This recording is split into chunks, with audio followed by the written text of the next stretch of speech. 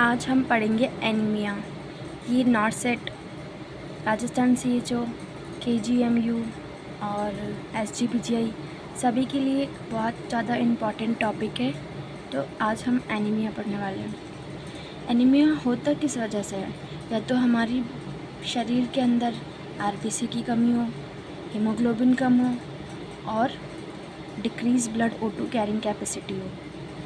ठीक है, abnormal size and shape हो जाती है RBC की। इसमें सीधी सी बात है, हमारी बॉडी में अगर एनीमिया होता क्यों है? इन सब की वजह से, या फिर कार एक्सीडेंट हो गया हो, सीवियर ब्लड लॉस हो चुका है बॉडी के अंदर, तो भी एनीमिया हो जाता है ना। बहुत सारी और भी कंडीशंस है, मेंस्ट्रुएशन साइकिल में ब्लड लॉस होना, एनीमिया, सर्जरी होना, इसमें भी एनीमिया हो जाता है क्योंकि ब्लड लॉस होता है इसलिए। तो अब most common type of anaemia है इंडिया के अंदर आयरन डेफिशिएंसी एनीमिया।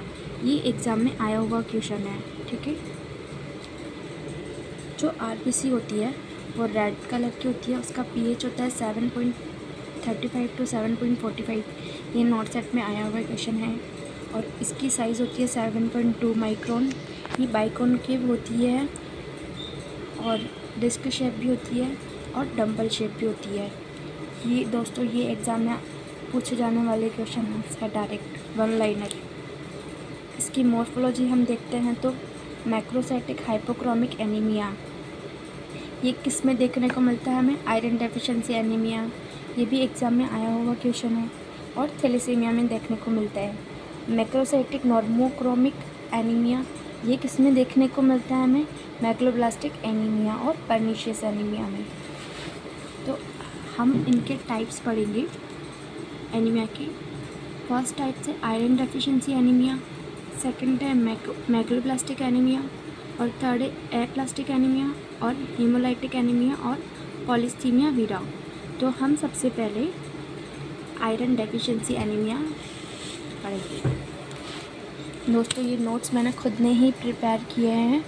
अगर इसमें कोई गलती हो तो बता देना मुझे कमेंट करके, बट जहाँ तक मुझे लगता है कि इसमें कोई गलती नहीं है। और ये सारे ही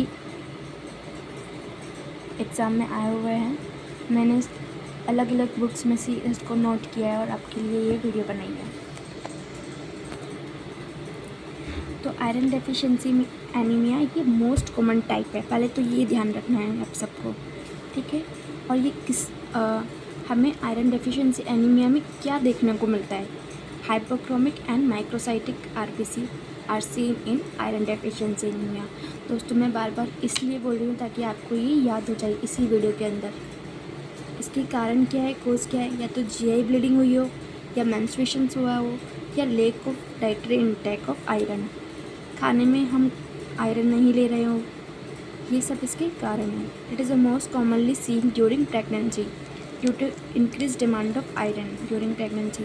दोस्तों, प्रेगनेंसी के अंदर आयरन की डिमांड बहुत ज़्यादा बढ़ जाती है, तो हमें ये सबसे ज़्यादा क्वेश्चन आएगा कि प्रेगनेंसी में कौन सी एनीमिया होता है। तो हमें लिखना है iron deficiency anaemia, most common in pregnancy में भी देखने को मिलता है। Group of risk for iron deficiency anaemia infant में देखने को मिलता है, क्योंकि ये मिल्क ज़्यादा ड्रिंक करते हैं और मिल्क में आयरन नहीं होता, तो ये इन्फेंट। चिल्ड्रन में भी देखने को मिलेगा, एडोलिसेंट में देखने को मिलेगा, women of child bearing age. Okay, treatment हम क्या दोस्तों, हम ट्रीटमेंट में क्या देंगे? Iron supplements and dietary changes, eating food rich in iron and vitamin C which increase absorption of food. अगर हम आयरन सप्लीमेंट्स दे रहे हैं पेशेंट को, तो हम उसे विटामिन C, ऑरेंज जूस, ये सब प्रोवाइड करेंगे, क्योंकि ये क्या करता है? आयरन के एब्जॉर्प्शन में हेल्प करता है। ये एग्ज़ाम में आया हुआ क्वेश्चन है और ये वाला भी एग्ज़ाम में आया हुआ क्वेश्चन है। तो दोस्तों, ये iron is store in the body. Iron हमारी बॉडी के अंदर किस फॉर्म में स्टोर होता है? तो है फेरेटिन फॉर्म में। ये एग्ज़ाम में पूछे जाने वाले क्वेश्चन है। जो मैंने यहाँ पे सभी नोट किए हैं। और हाँ, आयरन का जो इंजेक्शन होता है वो डार्क कलर की होती है। जो भी डार्क कलर के इंजेक्शन होते हैं वो हम जेड टेक्निक से देते हैं, आईएम देते हैं और डीप ग्लूटियल देते हैं। ठीक है। डंपिंग सिंड्रोम में स्टमक की साइज़ छोटी कर दी जाती है सर्जरी के थ्रू, और सारा खाना फिर स्मॉल इंटेस्टाइन में जाता है डायरेक्टली, तो वो सब एब्जॉर्प्शन, आयरन एब्जॉर्प्शन नहीं हो पाता डंपिंग सिंड्रोम में भी। अब है मेगलोब्लास्टिक एनीमिया। तो ये टू टाइप्स के होते हैं, फॉलेट डेफिशिएंसी और pernicious anaemia. Folate deficiency due to folic acid deficiency. ठीक है।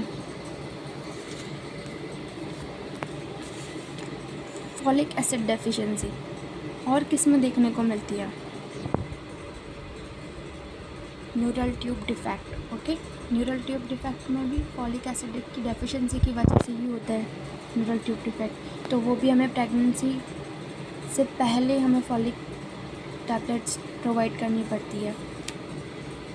Pernicious anaemia due to vitamin B12 और साइनोकोबालामाइन डेफिशिएंसी की वजह से होता है। Clinical feature of pernicious anaemia. दोस्तों, ये सारे क्लिनिकल फीचर सिर्फ पर्नीशियस एनीमिया के हैं, ना कि मेगलोब्लास्टिक एनीमिया और फॉलिक डेफिशिएंसी। तो अगर MCQ में ये लिखा हुआ है कि रेड ब्रीफी टंग किस एनीमिया में देखने को मिलती है और ऑप्शन में हो पर्नीशियस एनीमिया, ब्रीफी red tongue, lack of intrinsic factor, ठीक है, पॉजिटिव रोमबर्ग टेस्ट भी हमें पर्नीशियस एनीमिया में देखने को मिलता है। इसमें क्या होता है, जब हम पेशेंट को आइज़ क्लोज़ करने के लिए बोलते हैं तो वो बैलेंस नहीं कर पाता, तो उसे हम पॉजिटिव रोमबर्ग टेस्ट करते हैं। इसमें भी हम फॉलिक एसिड और विटामिन B12 सप्लीमेंट्स देंगे। चीलिंग टेस्ट भी हम पर्नीशियस एनीमिया में करते हैं, और ये होता है विटामिन B12 के एब्जॉर्प्शन का टेस्ट होता है। 24 यूरिन कलेक्शन करते हैं हम इसके अंदर to assess the level of B12। तो ये थी नोट्स हमारे दोस्तों। आपको ये वीडियो अच्छा लगे तो लाइक एंड सब्सक्राइब करना ना भूलें, और ये नोट्स मैं आपको प्रोवाइड कर दूँगी। आगे भी हम ये टाइप्स पढ़ेंगी, मैं नोट्स बना के जल्दी वीडियो डालूँगी। Thank you.